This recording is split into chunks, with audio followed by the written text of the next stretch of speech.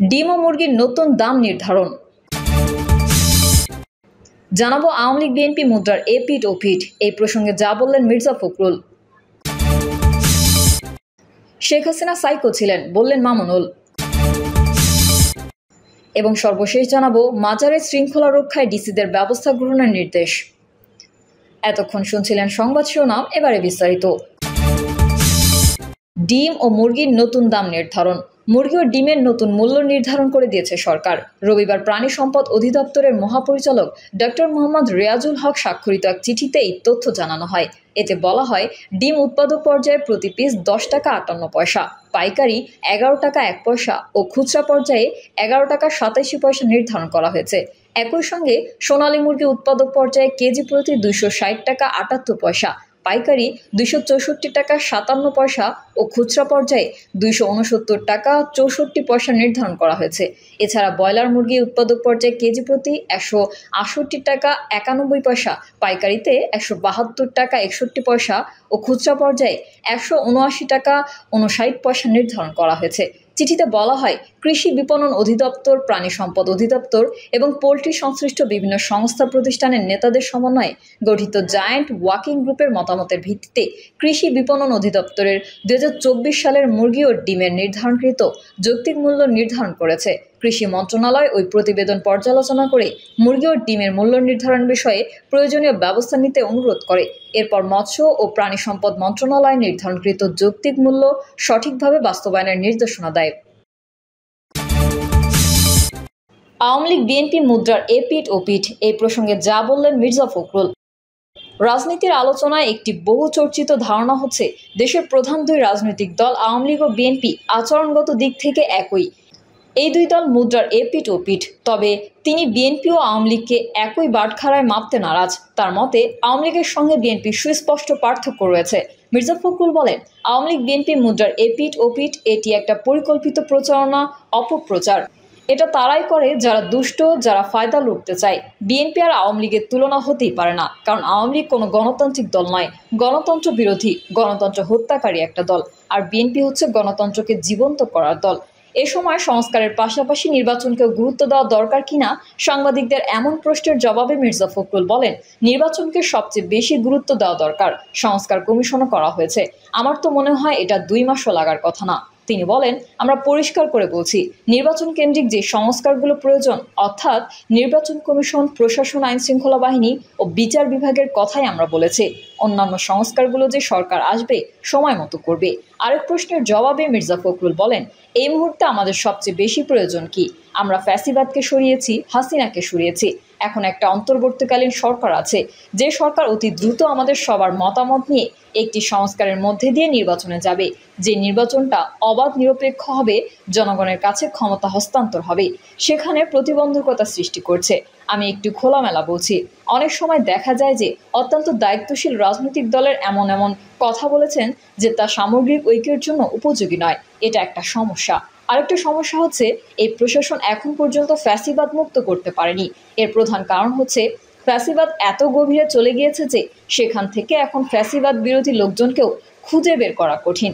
শিল্পাঞ্চলে অস্থিরতায় প্রসঙ্গ টেনে বিএনপির মহাসচিব বলেন, দেশের শিল্পাঞ্চলগুলোতে যে অশান্তি সৃষ্টি করা হয়েছে, এই পর্যন্ত সুস্পষ্টভাবে ফ্যাসিবাদের দোসরদের ইঙ্গিত আছে। এটা পরিষ্কার হয়েছে, বোঝা যাচ্ছে। এই জিনিসগুলো থেকে মনে হচ্ছে যে একটা চক্রান্ত চলছে। সীমান্তের ওপার থেকে কথিত ফ্যাসিবাদী হাসিনার অডিও ফাঁস করে দেওয়া হয়, যেগুলোতে বিভ্রান্তিকর খবর থাকে। তিনি বলেন, এখানে আমাদের সবচেয়ে যেটা প্রয়োজন যে ঐক্য অটুট রাখা, ধৈর্য রাখা, এই সরকারের সমস্ত কাজকে সমর্থন দিয়ে এগিয়ে নিয়ে যাওয়ার চেষ্টা করা। শেখ হাসিনা সাইকো ছিলেন, বললেন মামুনুল। বাংলাদেশ খেলাফত মজলিসের মহাসচিব মাওলানা মামুনুল হক বলেছেন, শেখ হাসিনা সাইকোপ্যাথ প্রধানমন্ত্রী ছিলেন, একজন মানসিক রোগী ছিলেন তিনি। শেখ হাসিনা 2টি ভিশন নিয়ে বাংলাদেশের রাজনীতি করেছেন।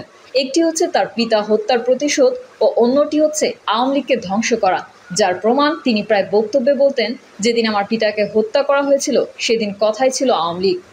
যার প্রমাণ তিনি প্রায় বক্তব্যে বলতেন, যেদিন আমার পিতাকে হত্যা করা হয়েছিল সেদিন কোথায় ছিল আওয়ামী লীগ।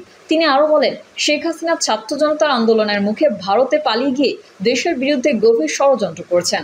হাজার হাজার মানুষ হত্যার দায়ে শেখ হাসিনাকে ধরে এনে বিচারের কাঠগড়ায় দাঁড় করাতে হবে। তাই যে কোনো মূল্যে বিএনপি সহ ইসলামী দলগুলোকে যে কোনো মূল্যে ঐক্যবদ্ধ থাকতে হবে, যাতে করে কিয়ামত পর্যন্ত আওয়ামী লীগ আর ক্ষমতায় আসতে না পারে। নতুন স্বাধীনতা ধরে রাখতে সবাইকে ঐক্যবদ্ধ থাকতে হবে। মাওলানা মামুনুল হক বলেন, আওয়ামী লীগের যারা বলেছিলেন শেখ হাসিনা পালায় না, সেই নেতারা এখন কিভাবে মুখ দেখাবেন? আওয়ামী লীগের বিচার হতে হবে, কারণ তারা জেনে বুঝে শেখ হাসিনার মতো একজন সাইকোপ্যাথ মহিলাকে ক্ষমতায় টিকে থাকতে সহযোগিতা করেছিলেন। মামুনুল হক বলেন, 5ই আগস্টের পরে জালিম ফ্যাসিবাদী শেখ হাসিনা বাংলার জমিন থেকে পালিয়ে তার পরম বন্ধু নরেন্দ্র মোদীর কাছে আশ্রয় নিয়েছেন। মামুনুল হক বলেন, 5ই আগস্টের পরে জালিম ফ্যাসিবাদী শেখ হাসিনা বাংলার জমিন থেকে পালিয়ে তার পরম বন্ধু নরেন্দ্র মোদীর কাছে আশ্রয় নিয়েছেন। শেখ হাসিনা মানসিক বিকারগ্রস্ত। আওয়ামী লীগ নেতাদের বিচার হওয়া প্রয়োজন এই কারণে যে একজন মানসিক রোগীকে এত বছর তাদের কাঁধের ওপর রেখে দিয়েছিলেন। দেশের কোনো প্রেসিডেন্ট বা প্রধানমন্ত্রী দেশ ছেড়ে পালায়নি। এরশাদ জেল খেটেছেন, বেগম জিয়া অসুস্থ অবস্থায় কারাগারে ছিলেন, কিন্তু নেতাকর্মীদের বিপদে ফেলে পালিয়ে যাননি। এখন তো আর কেউ আওয়ামী লীগ করে না। যেসব আওয়ামী লীগ নেতা দেশ নিয়ে চিন্তা করতেন বিবেক বুদ্ধি সম্পন্ন, তাদের উদ্দেশ্য নিয়ে তিনি বলেন, আওয়ামী লীগের রাজনীতি আর এই দেশে হবে না।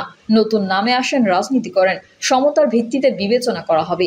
তিনি বলেন, দেশ রক্ষায় বিএনপি, জামায়াত, হেফাজত সহ সব ইসলামী দলগুলোকে ঐক্যবদ্ধ হতে হবে। ঐক্যবদ্ধ শক্তি ইসলামী শাসন করবে। সব ধর্ম বর্ণের মানুষের নিরাপত্তা বিধান করা হবে। দেশে বিডিআর বিদ্রোহ সহ হেফাজতের ওপর হামলা, জুলাই হত্যার বিচার করা হবে। শেখ হাসিনাকে দেশে ফিরিয়ে এনে বিচার করা হবে, কারণ দেশের মানুষ শেখ হাসিনার বিচার দেখতে চায়। গণসমাবেশে মামুনুল হক বলেন, শেখ হাসিনা মানসিক বিকারগ্রস্ত। আওয়ামী লীগের নেতাদের বিচার হওয়া প্রয়োজন এই কারণে যে একজন মানসিক রোগীকে এত বছর তাদের কাঁধের ওপর রেখে দিয়েছিলেন। মেগা প্রকল্পের নামে মেগা দুর্নীতি করেছে পতিত প্রধানমন্ত্রী শেখ হাসিনা। মামুনুল হক বলেছেন, 5ই আগস্টের পরে জালিম ফ্যাসিবাদী শেখ হাসিনা বাংলার জমিনে 1 ইঞ্চি মাটি আশ্রয়ের জন্য খুঁজে পাননি। তাই তার পরম বন্ধু নরেন্দ্র মোদীর কাছে আশ্রয় নিয়েছেন তিনি। বাংলাদেশের প্রতিটি নদীর মুখে অভিন্ন বাঁধ তৈরি করেছে ভারত। শুকনা মৌসুমে মরুভূমি আর বর্ষা মৌসুমে বানের পানি দিয়ে ভাসিয়ে দিয়েছে তারা। আপনাদের কেনা গোলাম শেখ হাসিনার মাধ্যমে বাংলাদেশকে ভারতের অঙ্গরাজ্যে পরিণত করার চেষ্টা করেছেন মোদি। এখন বলবো, শুভবুদ্ধির উদয় হোক, দৃষ্টিভঙ্গি পাল্টান, বাংলাদেশের সঙ্গে সমতার ভিত্তিতে বন্ধুত্বের হাত বাড়িয়ে দেবেন। আমাদের পক্ষ থেকে সমতার ভিত্তিতে সদাচরণ পাবেন। মাজারে শৃঙ্খলা রক্ষায় ডিসিদের ব্যবস্থা গ্রহণের নির্দেশ। সম্প্রতি দেশের বেশ কয়েকটি মাজারে হামলার ঘটনা নজরে এসেছে ধর্ম বিষয়ক মন্ত্রণালয়ের। এসব হামলা প্রতিরোধ করে শান্তি শৃঙ্খলা রক্ষা করার জন্য জেলা প্রশাসকদের চিঠি দিয়েছে মন্ত্রণালয়টি। চিঠিতে বলা হয়েছে, পরিবর্তিত পরিস্থিতিতে দেশের আইন শৃঙ্খলা বিঘ্নিত করার উদ্দেশ্যে কতিপয় দুষ্কৃতিকারী দেশের বিভিন্ন স্থানে মাজারে হামলা চালাচ্ছে, যা উদ্বেগজনক ও অনাকাঙ্ক্ষিত। মাজার অলিয়া উলিয়া ও দরবেশদের সমাধিস্থল বিবেচনায় এর অনুসারীরা দীর্ঘ ঐতিহ্যের সাথে ভক্তি, শ্রদ্ধা ও জিয়ারত করে আসছেন। কোনো জেলায় কোনো মাজারে হামলার আশঙ্কা থাকলে সেক্ষেত্রে তাৎক্ষণিক ব্যবস্থা গ্রহণ করার পাশাপাশি বিষয়টি ধর্ম মন্ত্রণালয়কে অবহিত করার নির্দেশ দেওয়া হয়েছে। এসব করতে গিয়ে মাজারে শান্তি শৃঙ্খলা ও ভক্তদের চলাচল যেন বিঘ্ন না হয়, সেদিকে খেয়াল রাখতে ডিসিদের নির্দেশনা দেওয়া হয়েছে। প্রিয় দর্শক, এই ছিল এখনকার সর্বশেষ সংবাদ। আপডেট সংবাদ পেতে চ্যানেলটি সাবস্ক্রাইব করে বেল আইকনটি ক্লিক করুন। কমেন্টে আপনার মতামত জানিয়ে আমাদের সাথেই থাকুন। ধন্যবাদ সবাইকে। আল্লাহ হাফেজ।